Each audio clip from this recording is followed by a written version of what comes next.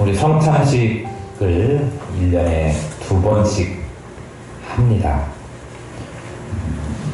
매번 예배 때 모일 때마다 이 주님께서 세우신 이 성찬 예식을 거행하면 좋은데 그렇게 하지 못하지 않습니까? 실제로 그 이유 가운데는 성찬식을 하다 보면 오늘 우리 권사님 기도를 참 짧게 해주셔서 참 감사해. 시간이 많이 필요하지요. 그러니까 성찬식을 매주 예배 때마다 하기가 어려워요. 그런 이유가 또 하나 있고, 목사 입장에서 성찬식을 매주 하지 않는 이유 가운데 하나는 이 성찬 예식이 잘못하면 습관화, 그래서 그냥 모이면 하는 것, 의례하는 것 이렇게 될까봐 그런 조바심 때문에 매주 하지 않습니다. 1년에 2번만 해도 그거 봄에도 한 거, 지난 가을에도 한 거, 그 포도주 주는 거 먹고 떡 조금 먹고 그것으로만 기억에 남는다면 이 성찬 예식에 대해서 우리는 너무 소홀하게 되지요. 그런데 사실 주님께서 이 성찬 예식을 제정하시고 우리 보고 지키라, 기억하라 하신 것은 단순히 어떤 때에 시간을 맞추어서 무엇을 먹고 마시고의 차원이 아니라 예수 그리스도께서 우리를 위해서 생명을 십자가에 생명을 주신 날, 그 은혜 입은 날, 이것을 기억해서 지키는 것. 그러니 얼마나 그게 마음속에 있어야 되겠습니까? 기독교 2대 성례, 그러면 세례와 성찬이지요. 세례는 죄를 씻고 새 생명 얻었다라고 하는 표시로, 이제 죄와는 거리가 멀게 되었다라고 하는 표시로 물을 가지고 표시하는 거죠. 침례교단에서는 뒤에 보면 세례탕이 있어가지고 세례하는 날 침례라고 하죠. 거기서는 이렇게 물속에 완전히 몸을 잠그고 그리고 다시 일으켜 세워서 죄가 장사되었다라고 하는 그런 의미를 표현하는데, 어차피 그런다고 해서 물로 죄를 씻을 수는 없는 것이고 또 그 예식의 차이일 뿐이지, 물속에 몸이 완전히 잠기든지 아니면 물로 약식으로 머리에 얹어서 물을 뿌린다든지 그렇게 해도 다 죄를 씻는 상징의 표시인 것이지요. 그러니까 방식에 어떤 문제가 있는 것은 아닙니다. 몸을 완전히 물에 잠그든지 아니면 약식으로 하든지 다 상징적인 거예요. 그러나 그 상징성 안에 있는 죄를 씻었다라고 하는 그 의미의 중요성은 매우 큰 것입니다.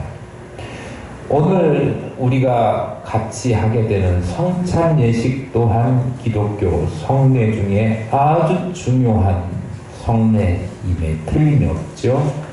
은혜 입은 자, 십자가의 죽으심으로 말미암아 구원을 얻게 된 그 혜택을 받은 사람, 그래서 이제는 죄와 짝꿍되어서 살아가는 인생이 아니라 죄를 떠나 그리스도와 연합된 그 삶을 살게 된 것에 대해서 의식적으로 표현하고 고백하고 또 많은 사람들 앞에 나는 그런 사람입니다 라고 표시내는 것이기도 하고요. 그리고 그거에 대해서 감사함으로 참여하는 예식이 성찬 예식입니다. 이 성찬 예식에 있어서 성찬 예식을 하기 전에 우리가 이 성찬식에 대해서 조금 더 생각해 볼 것들이 있겠다 싶어서 말씀드리려고 합니다. 성찬 예식은 구약 시대에는 유월절하고 매우 닮았습니다. 유월절이라고 하는 것 여러분들 잘 아시는 것처럼 이스라엘 백성들이 애굽에서 430년간 종살이 했습니다. 하나님께서 그들을 떼어서 하나님이 약속하신 가나안 땅으로 인도하려고 하는데 애굽에서 그 바로가 이스라엘 백성들을 놔주지를 않으니까 10가지 재앙을 그들에게 내립니다. 그런데 다른 재앙들 다 바로가 내준다고 해놓고 내주지 않고 이렇게 했었는데 마지막에 항복할 수밖에 없었던 것은 그들의 모든 초태생이나 장자들이 다 죽게 되는 거지요. 그 땅에 있는 모든 첫 생명들이 죽게 된 거예요.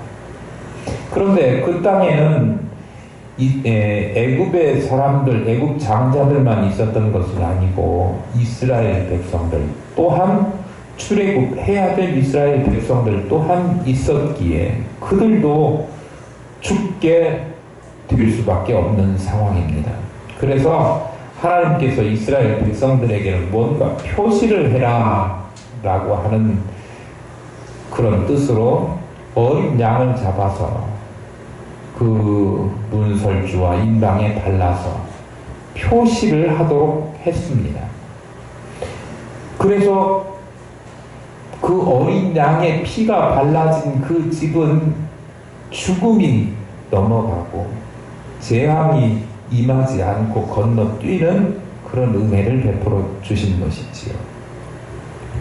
많은 사람들 다 죽을 수밖에 없는데 그 죽을 수밖에 없는 많은 사람들 가운데에서 하나님을 섬기는 사람들, 특별히 그들을 위해서 어린 양으로 예수 그리스도를 보내주시고 그 예수 그리스도께서 십자가에 피 흘려 죽으셨습니다. 그 피를 믿는 자, 그 생명을 가진 자, 그들을 하나님께서 재앙에서 구원하시고 죄악 가운데서 구원하시고 영원한 생명을 죽이지 않는 영원한 생명을 주시는 그런 은혜를 주셨습니다. 그러니까 구약의 유월절과 신약의 주님께서 친히 제정하신 이 성찬 예식은 매우 닮았습니다. 피라고 하는 점에서, 어린 양의 피라고 하는 점에서 구약의 유월절이 신약에 와서 실제 어린 양 대신 예수 그리스도가 오시니까 옛날에 그것이 더 확실한 실체가 왔죠. 실제 예수 그리스도께서 오시기 전에는 어렴풋하게 보여주시긴 하셨지만 그래도 그것만 가지고도 하나님의 백성의 표시를 달고 살아야 된다. 하나님의 백성의 표시인 것이 있어야 살 수 있다. 구원받을 수 있다. 라고 하는 것을 그들에게 보여주었지요. 그러니까 구약시대의 유월절의 어린 양이 신약에 와서 예수 그리스도 실체를 대신 보여주는 어떤 샘플과 같은 거예요. 상징이지요. 그것을 우리가 뭐라고 이야기하느냐 그러면 모형이다 그렇게 이야기하고 또는 예표다 그렇게 이야기합니다. 어린 양도 중요하지만 실체, 요즘 말로는 진짜 찐이라고 그러죠. 젊은 애들이 찐이라고 그래요. 실체는 더욱 중요한 것입니다. 오늘 우리가 읽지는 않았지만 읽은 마가복음 본문 14장 1절하고 12절에 보면 예수님께서 그들에게 지금 만찬을 베푸시는 그 때가 나옵니다. 그 때가 언제였느냐 그러면 무교절 첫날 그리고 유월절 양 잡는 날이었습니다. 예수님도요 십자가를 지시기 전에 그들에게 만찬을 베푸시면서 유월절 절기를 기준으로 해서 그렇게 날짜를 택하신 것 같아요. 예수님이 잡은 것은 아니시겠지만 예수님께서 잡히시기 전날 저녁에 이 세상에서의 마지막 식사를 제자들과 함께 하시면서 오늘 22절 말씀에 보니까 받으라 이것이 내 몸이니라 그렇게 하셨습니다. 그리고 잔을 제자들에게 주시면서 이것은 많은 사람을 위하여 흘리는 바 나의 피 곧 언약의 피니라 그렇게 말씀하셨습니다.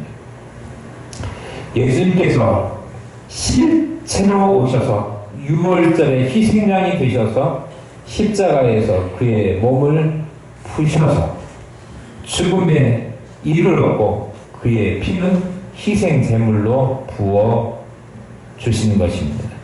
그래서 그 예수님 때문에 영원한 죽음이 영원한 사망이 우리에게서 건너뛰게 되었고 또 예수님의 희생 당하심으로 말미암아 우리가 구원을 얻게 된 것입니다. 그래서 우리에게 온전한 생명이 주어지게 된 것이지요.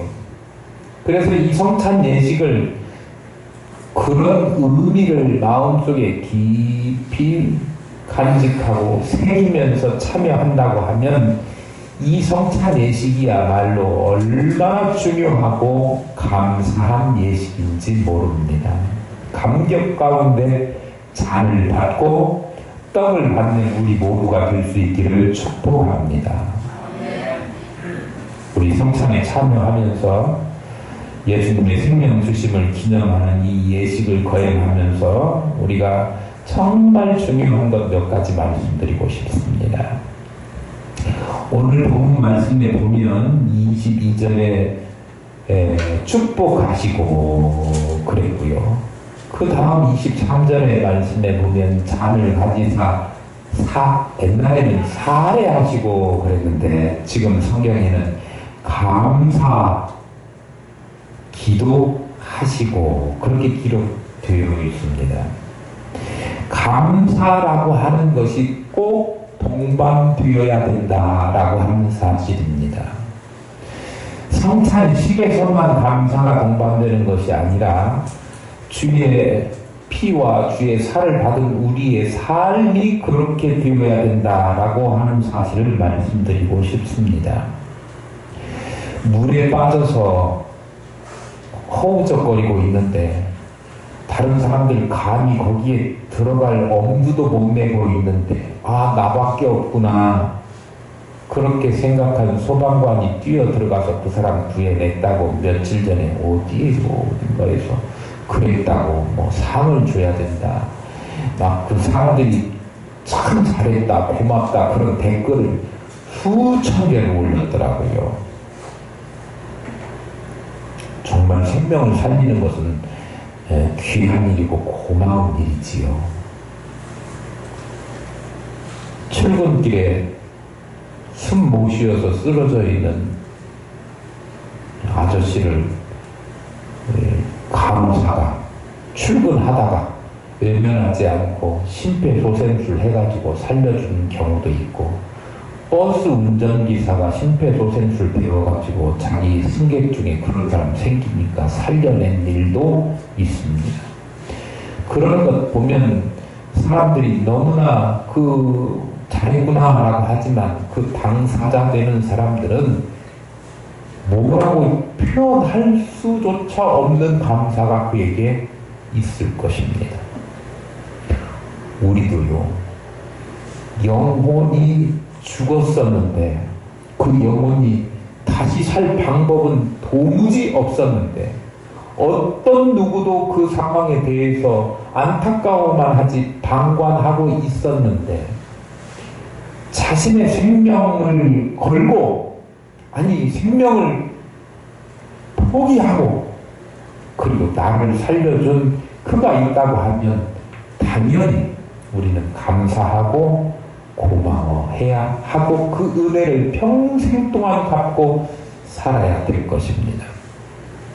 그런데 실제로 여기 계신 분들은 다 그 은혜를 받은 사람들입니다.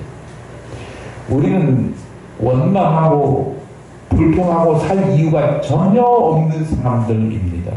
왜냐하면 이미 영원히 죽을 수밖에 없는 사람들이었는데 영원을 보장받는, 그것도 하나님 나라에서 왕노릇하도록 하나님께서 우리를 높여주셨고 구원해 주신 것만 해도 감사한데 너무 영원한 평안의 세계를 우리에게, 안식의 세계를 우리에게 약속해 주셨기에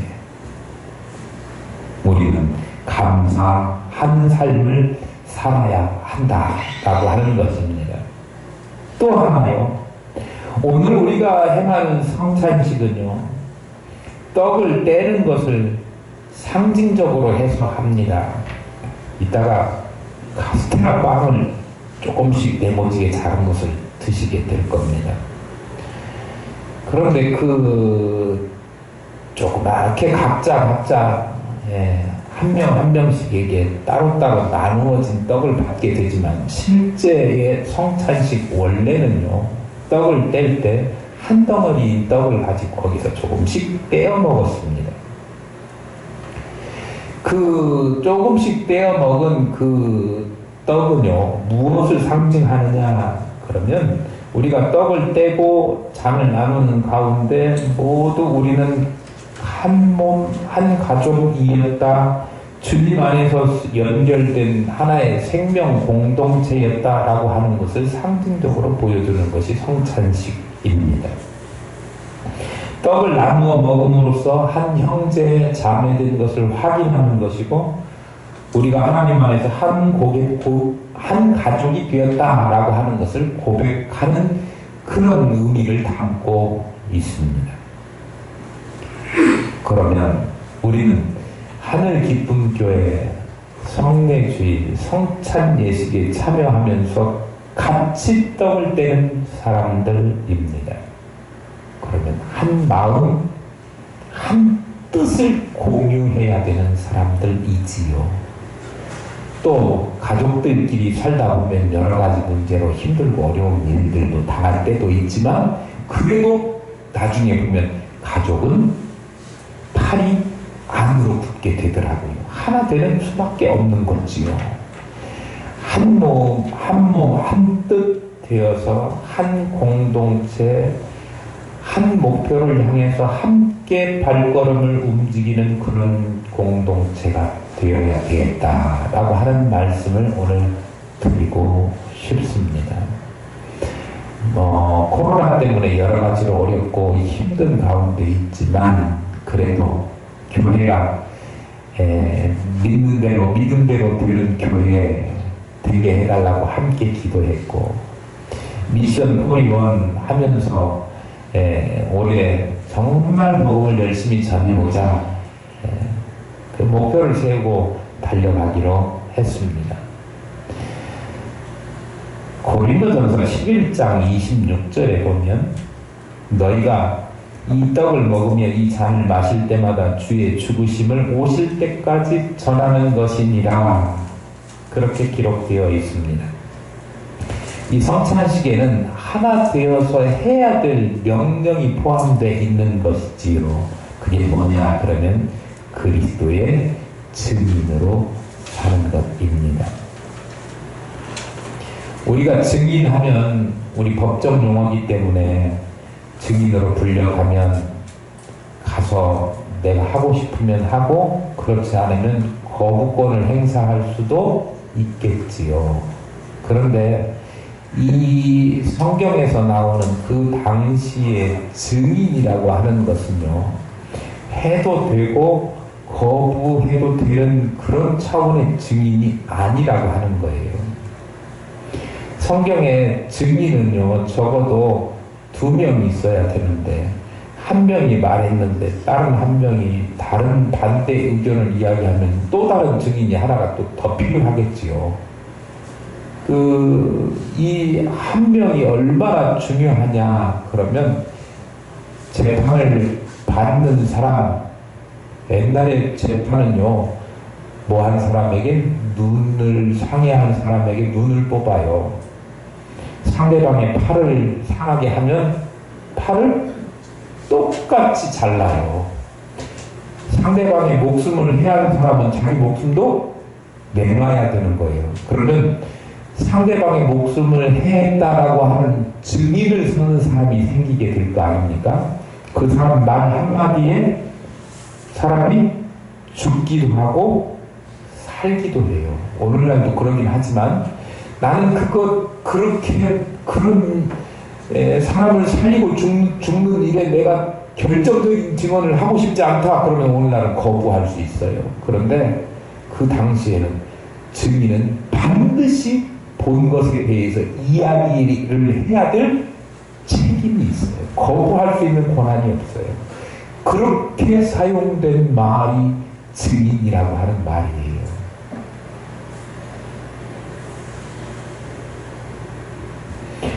그리스도의 증인이 된다라고 하는 이야기는요, 예수 그리스도의 죽음에 대해서 자기가 보고 체험한 것에 대해서 말하지 않으면 안 될 책임을 가지고 있는 그런 사명을 부여받았다입니다. 미션 포리원이 코로나 때문에 사실 우리 잘 출석하던 성도들도 지금 출석하지 못하고 온라인으로 예배하시는 분도 있고 뭐 이런 상황이잖아요.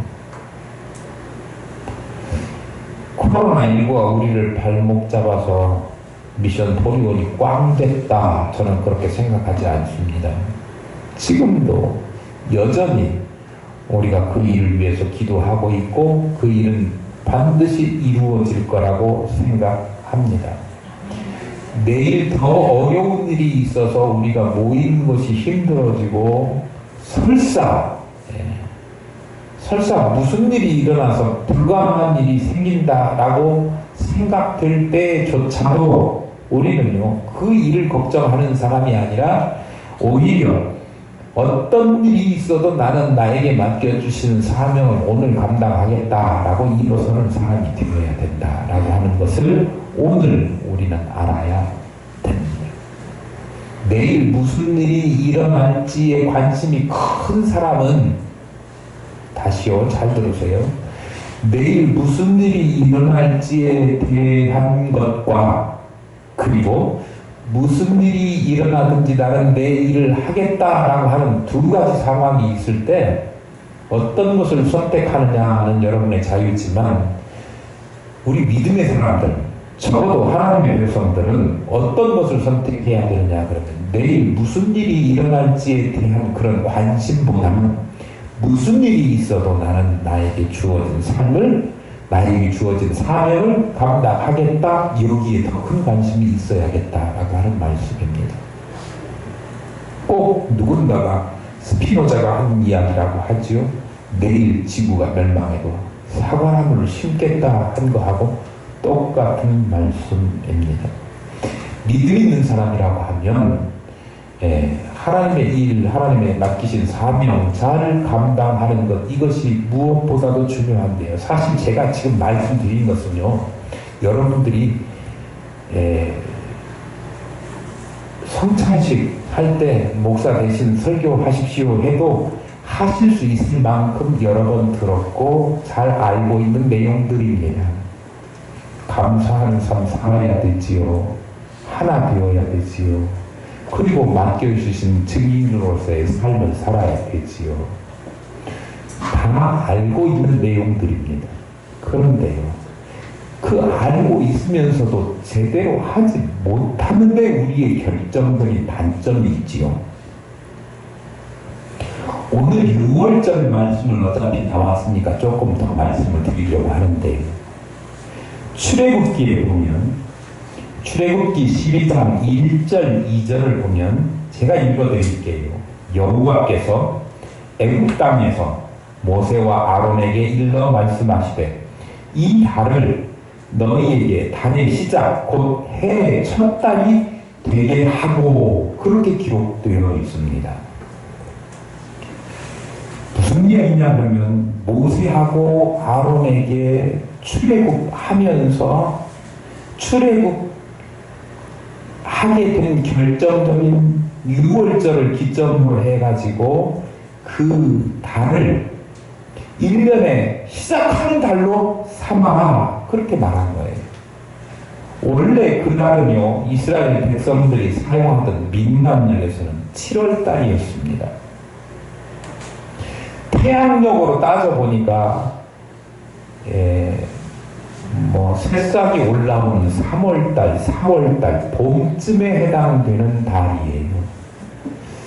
이 날짜를 정하는 기준으로는 충분히 매우 중요한, 그래서 부활절이나 어떤 절기를 따질 때 그렇게 많이 중요한 기점으로 삼거든요. 그런데 어쨌건 당시에 그들 달력 7월달쯤 되는 달이었는데 그때를 1년에 시작하는 달로 삼아라 그렇게 말씀하시면서 그 달 이름을 뭐라고 지어줬느냐 그러면 아빕월이라고 지어주었습니다. 아빕월이라고 하는 말은 원래 새싹이 돋아나는 계절, 달, 시즌 그런 이야기예요. 새싹의 달. 봄이 온다는 이야기지요. 새롭게 시작한다는 이야기예요. 나중에 이 아비볼이 그 바벨론으로 포로로 끌려 바벨론 시대가 되면서 뭐라고 바뀌었느냐 그러면 니사몬이라고 바뀌는 것을 성경 읽어보시면 다 아시지요? 그런데 어쨌든 니사몬으로 바뀐 거는 이제 그 다음 후의 일이니까 그거는 다음에 또 그 의미를 제가 말씀드릴게요. 오늘 아비월 새싹이 돋아나는 그 달, 그런 의미를 갖는 아비월이라고 하고 첫 달로 그들에게 정해라 이렇게 하신 거예요. 그러면 그 이전에 어디에서 살던 애굽에서 살던 그 달을 1년의 맨 마지막 달 12월 달 아달월이라고 하는 거지요. 이제는 6월절을 보내면서 새해로 출애굽하면서 새로운 삶을 살라 그렇게 말씀하신 거예요. 그 의미는요, 우리가 예수 그리스도의 탄생을 기준으로 해서 주전, 주후, AD, 아노 도미나이, 그 다음에 그 전은 뭐라고 그러죠? BC라고 그러죠. Before Christ. 주전이라고 이야기하죠. 시대가 나누어져서 주님 오시기 전, 주님 오신 후라고 하는 의미를 가지는 그런 것으로 나누어졌듯이 우리의 삶이 예수 그리스도를 모르던 죄악 가운데 살았던 그 삶에서 이제는 그 역사는 단절하고 예수 그리스도 어린 양의 피 하나님의 구원을 받은 그런 삶으로 새롭게 나아가라 라고 주신 명령이 그 명령입니다. 단순히 이스라엘 백성들이 출애굽한다라고 하는 것은 그들이 사는 거주지를 바꾸는 것이 아니라 그들이 죄로 예표되었던 노예 생활을 청산하는 거예요. 그러면 우리도 그게 뭐라고 그랬죠? 예표, 모형이라고 했잖아요. 오늘날 실제로 예수 그리스도께서 오신 것은 우리를 가나안 땅으로 보내기 위해서 오신 것이 아니고 십자가에 죽으신 것이 아니고 가나안 땅으로 예표되어지는 하늘나라로 우리를 옮기시려고 하시는 그런 죄를 떠나게 하시는 그런 의미였지 않습니까? 그렇다면 우리가 죄의 노예 생활을 청산하고 과거에 감사해야 되는 줄 알면서도 감사하지 못했고, 또 과거에 하나 돼야 되는 줄 뻔히 알지만 하나 되지 못했고, 그리고 하나님의 복음을 전해야 되는데 그런 줄 알지만 못했다고 하면 그 역사를 접고 이제는 그렇게 살기로 결심하는 새 출발, 새싹이 도달하는 그런 달을 만들어라, 시작해라, 그런 거예요. 아담어를 접고 아비고를 시작해라, 그렇게 말씀하시는 거예요. 영적 겨울을 닫고 영적인 새싹이 움트는 그런 계절을 여러분 삶에 만들어라 라고 주신 것이 6월절이에요. 그럼 6월절은 뭐하고 많이 닮았다고요? 성찬식하고 많이 닮았다고. 너무 닮았다고. 우리가 성찬식을 그냥 작년에 했던 것, 올해 했던 것 그런 식으로 받아들이면 안 되고요. 우리 너무너무 기억력도 없고 은혜 잊어버리기를 밥 먹듯이 하는 우리들 아닙니까? 이제 정말 내 남은 일생에 오늘부터 제대로 살기로 결심하는 일, 그 하루의 시작이 오늘 되어야 되겠다라고 결심하고, 그동안에 표면상으로 립서비스로 했었던 감사가 마음속 진심에서 우러나오는 하나님의 은혜에 대한 감사, 주님의 피 흘리심에 대한 감사, 그렇게 감사할 수 있는, 잔과 떡을 받으면서 그렇게 감사할 수 있는 우리가 되어야, 주님이 나를 위해서 죽으시고 주님이 나를 위해서 피 흘리신 것을 헛되게 하지 않는 성찬, 진짜 성찬에 참여하는 우리 성도들이 될 수 있다, 그런 거죠. 오늘 그렇게 성찬에 참여하시는 저와 여러분 되시고요. 하나님의 백성으로 정말 오늘부터 시작하는 하루, 제대로 시작하는 하루를 오늘부터 시작해야 되겠다, 그렇게 마음에 큰 결심하시는 저와 여러분 될 수 있기를 축복합니다.